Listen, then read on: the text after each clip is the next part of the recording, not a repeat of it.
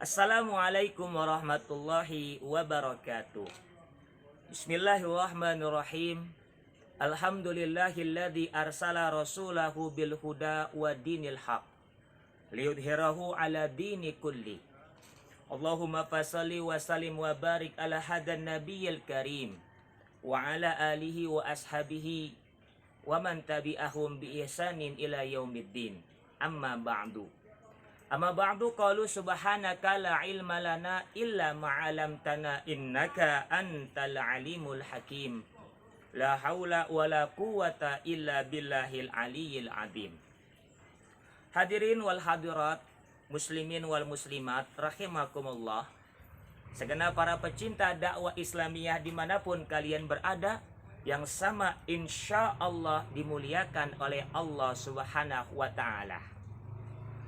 Pada kesempatan siang hari ini Sayyidul Ayyam di hari Jumat, di mana di hari Jumat ketika kita ibadah kepada Allah Subhanahu wa ta'ala, maka Allah Subhanahu wa ta'ala akan melipatkan segala pahalanya kepada kita sekalian.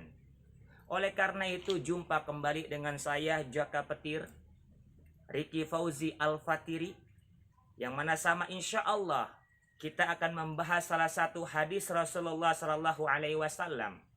An Abi Hurairah radhiyallahu anhu, anin Nabi sallallahu alaihi wasallam qala, sab'atu yuzilluhumullahu fi zillihi yauma la dhilla illa zilluhu.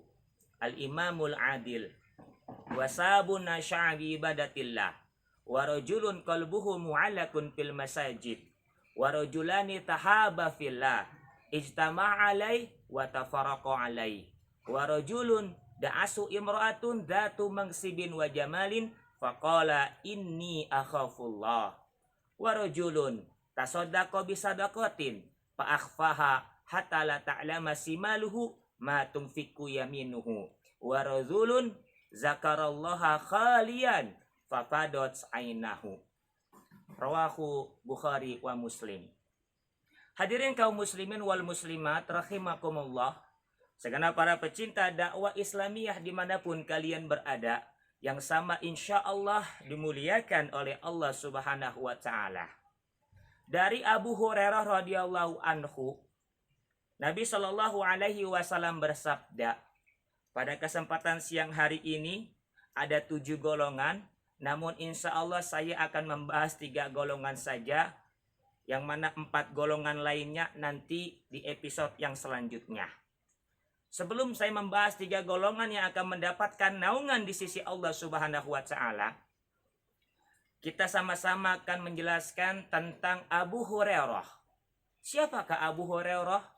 Abu Hurairah dahulu kala bernama adalah Abdus Sams. Ketika masuk Islam bertemu dengan Nabi Muhammad sallallahu alaihi wasallam, lalu berganti nama, berubah nama menjadi Abdurrahman bin Sakhar radhiyallahu anhu. Beliau adalah salah seorang sahabat yang sangat banyak meriwayatkan hadis Nabi Shallallahu alaihi wasallam.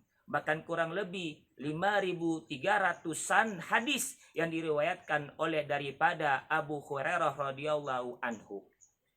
Yang mana sama kita ketahui hadirin, Abu Hurairah itu kurang lebih hanya 3-4 tahun bersama Rasulullah, ta'lim bersama Rasulullah di Masjid Nabawi. Namun kenapa Abu Hurairah begitu banyak meriwayatkan hadis Rasulullah Shallallahu alaihi wasallam? Yang pertama, sebab kenapa sangat banyaknya Abu Hurairah meriwayatkan hadis adalah Abu Hurairah senantiasa mengkonsumsi, memakai barang-barang halal, barang-barang yang senantiasa diridhoi oleh Allah Subhanahu wa ta'ala. Tidak pernah yang namanya Abu Hurairah memakan barang-barang yang subhat, apalagi yang haram. Itu yang pertama.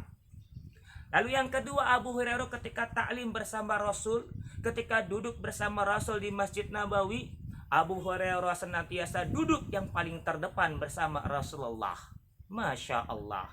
Lalu yang ketiga, Abu Hurairah senantiasa meminta doa kepada Rasulullah. Padahal sama-sama kita ketahui Abu Hurairah adalah orang-orang yang cepat hafal namun cepat lupa. Karena kan sama-sama kita paham Manusia itu beda-beda cara pemahamannya, cara penghafalannya dalam masalah Quran ataupun hadis. Ada orang yang cepat hafal, lambat lupa, cepat hafal, cepat lupa, lambat hafal, lambat lupa, lambat hafal, cepat lupa. Abu Hurairah termasuk orang yang cepat hafal, cepat lupa. Lalu Abu Hurairah datang kepada Rasulullah, membawa sorbannya, lalu meminta doa kepada Rasulullah. Dan diajarkan sebuah doa, Allahumma inni as'aluka ilman la yungsa. Lalu Abu Hurairah senantiasa memakai sorban tersebut yang didoakan oleh Nabi untuk taklim bersama Rasulullah Sallallahu Alaihi Wasallam. Abu Hurairah radhiyallahu anhu adalah orang yang sangat dicintai oleh Rasulullah Sallallahu Alaihi Wasallam, sangat dekat dengan Rasul, walaupun pertemuannya hanya 3-4 tahun bersama Rasulullah Sallallahu Alaihi Wasallam. Yang mana Rasulullah Shallallahu Alaihi Wasallam bersabda, ada 7 golongan yang akan mendapatkan naungan di sisi Allah Subhanahu Wa Taala. Dalam kitab Fathul Bari dijelaskan bahwasannya naungan di sini adalah naungan di arasnya Allah Subhanahu Wa Taala, yang mana akan Allah berikan kepada 7 golongan ini nanti pada saat waktu yang ditentukan. Pada kesempatan ini cuma 3 yang saya akan bahas, hadirin.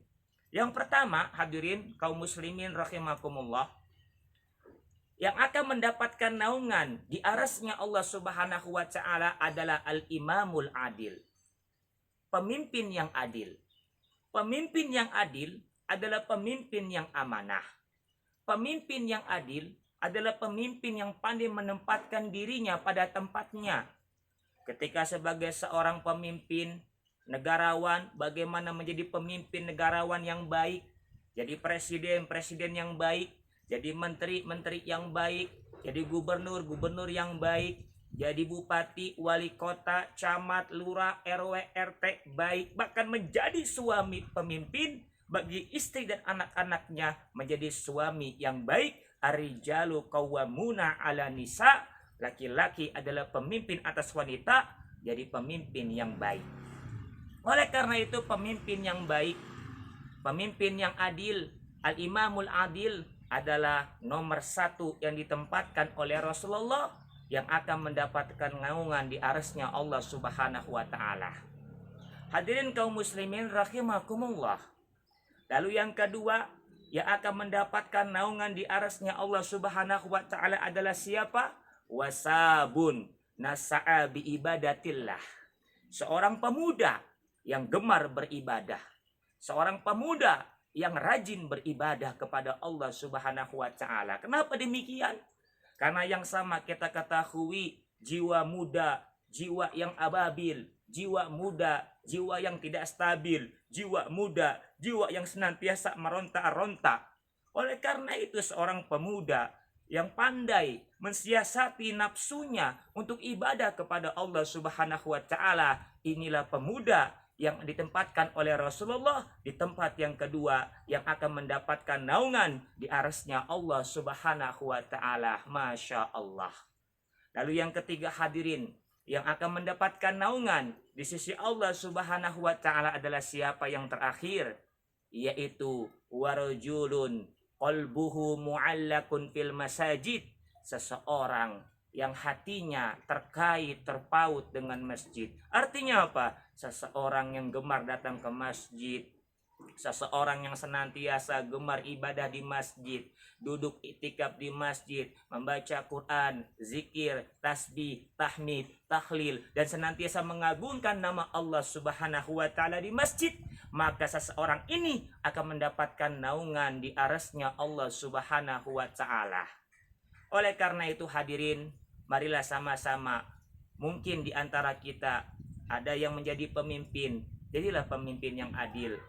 Mungkin di antara kita masih muda, gunakan waktu kita, masa-masa muda kita untuk ibadah kepada Allah, gemar mendekatkan diri kepada Allah. Dan yang ketiga, seseorang yang yuk sama-sama kita gemar ke masjid, datang ke masjid, duduk di masjid, senantiasa ibadah kepada Allah Subhanahu Wa Taala di masjid. Semoga dari 3 ini kita termasuk golongan salah satu yang akan mendapatkan naungan di arasnya Allah Subhanahu Wa Taala. Hadirin kaum muslimin rahimakumullah, itu saja yang dapat saya sampaikan. Kurang lebihnya mohon dimaafkan. Adapun yang 4 nanti insya Allah kita akan berjumpa kembali di episode-episode yang akan datang. Mudah-mudahan Allah Subhanahu wa Ta'ala memanjangkan umur kita, memberikan kesehatan kepada kita, sehingga kita bisa melaksanakan ibadah-ibadah Allah, perintah-perintah Allah Subhanahu wa Ta'ala, dan kita mendapatkan keselamatan di dunia dan keselamatan di akhirat. Amin ya mujibas sa'ilin. Kurang lebihnya mohon maaf. Hadza min fadli rabbi. Ila liqa ma'assalama wassadah. Assalamualaikum warahmatullahi wabarakatuh.